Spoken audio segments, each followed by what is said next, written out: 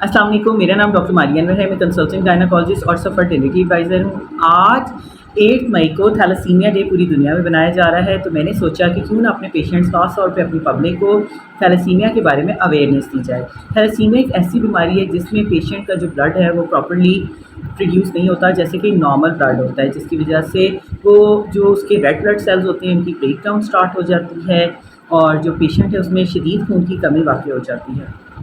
ये बच्चे ज़्यादातर 6 महीने से 1 साल की उम्र के अंदर प्रेजेंट होते हैं और मेजर जो थैलेसीमिया मेजर है, ख़ास तौर पे वो बच्चे, एक तो ये कि उन पे सुस्ती रहती है, वो हर वक्त बीमार रहते हैं, थकावट का शिकार रहते हैं और पीले दर्द होते हैं। जब टेस्ट किया जाता है तो पता चलता है कि थैलेसीमिया की बीमारी में मुब्तला हैं। इस सूरत हाल में उनकी सर्वाइवल के लिए शुरू में हर महीने बाद, फिर आहिस्ता आहिस्ता 15 दिन बाद और जैसे जैसे वो बड़े होते जाते हैं 10-10 दिन बाद भी उनको ब्लड लगाना ज़रूरी हो जाता है, अदरवाइज़ उनकी मौत वाक़ई हो सकती है। और इसके अलावा जो थैलेसीमिया माइनर है वो इतना ज़्यादा डेंजरस नहीं है।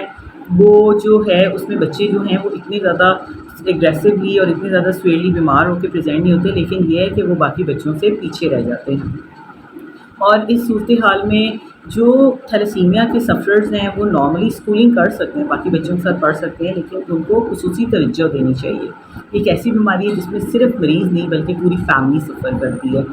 तो इसके इलाज में ब्लड ट्रांसफ्यूजन सबसे इम्पॉर्टेंट है।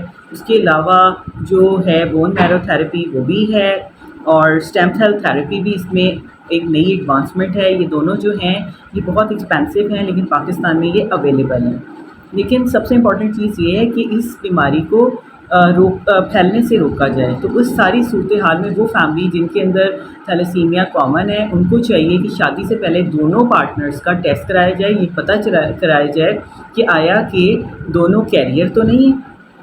अगर कैरियर हैं तो ये शादी ना कराई जाए, ठीक है, क्योंकि अगर दोनों पेरेंट्स कैरियर हैं तो 50% चांसेस हैं कि बच्चा जो है वो थैलेसीमिया माइनर में हो सकता है और उसके अलावा कैरियर भी हो सकता है। और अगर दोनों थैलेसीमिया मेजर का शिकार हैं तो फिर जो पेरेंट्स हैं अगर वो शादी करते हैं उनकी औलाद होती है तो उसमें 100% चांसेस हैं कि वो थैलेसीमिया का शिकार होगा बच्चा। और इसके अलावा सबसे इम्पॉर्टेंट चीज़ ये है कि कज़न मैरिजेस में इम्पॉर्टेंट है। ये मौरूसी बीमारी है और इसकी रोकथाम ज़्यादा ज़रूरी है। पब्लिक में अवेयरनेस होनी चाहिए। ज़रूरी नहीं कि कज़न मैरिजेस के अंदर भी आप इसकी अर्ली डिटेक्शन करें, बल्कि प्री नेटल डायग्नोसिस में आप जो भी कपल है वो शादी प्लान कर रहा है तो वो एक दफ़ा अपना ज़रूर थैलेसीमिया टेस्ट करवा के देखिए कि आया वो कैरियर तो नहीं है। और ये ज़्यादातर माइनर्स में होता है कि उनको पता नहीं होता, वो सिर्फ कैरियर होते हैं और आगे ट्रांसमिट करते हैं डिजीज़ को। तो ये बहुत ज़्यादा इम्पॉर्टेंट चीज़ है क्योंकि आगे फिर बच्चों में जब ये बीमारी आ जाती है तो बहुत मुश्किल हो जाती है ज़िंदगी। और हमें भी चाहिए कि हम ये नॉलेज अपने तक भी रखें, अपने आसपास एनवायरनमेंट को भी दें, अब लोगों को दें और लोगों को चाहिए कि आगे से आगे ये अवेयरनेस को फैलाएँ।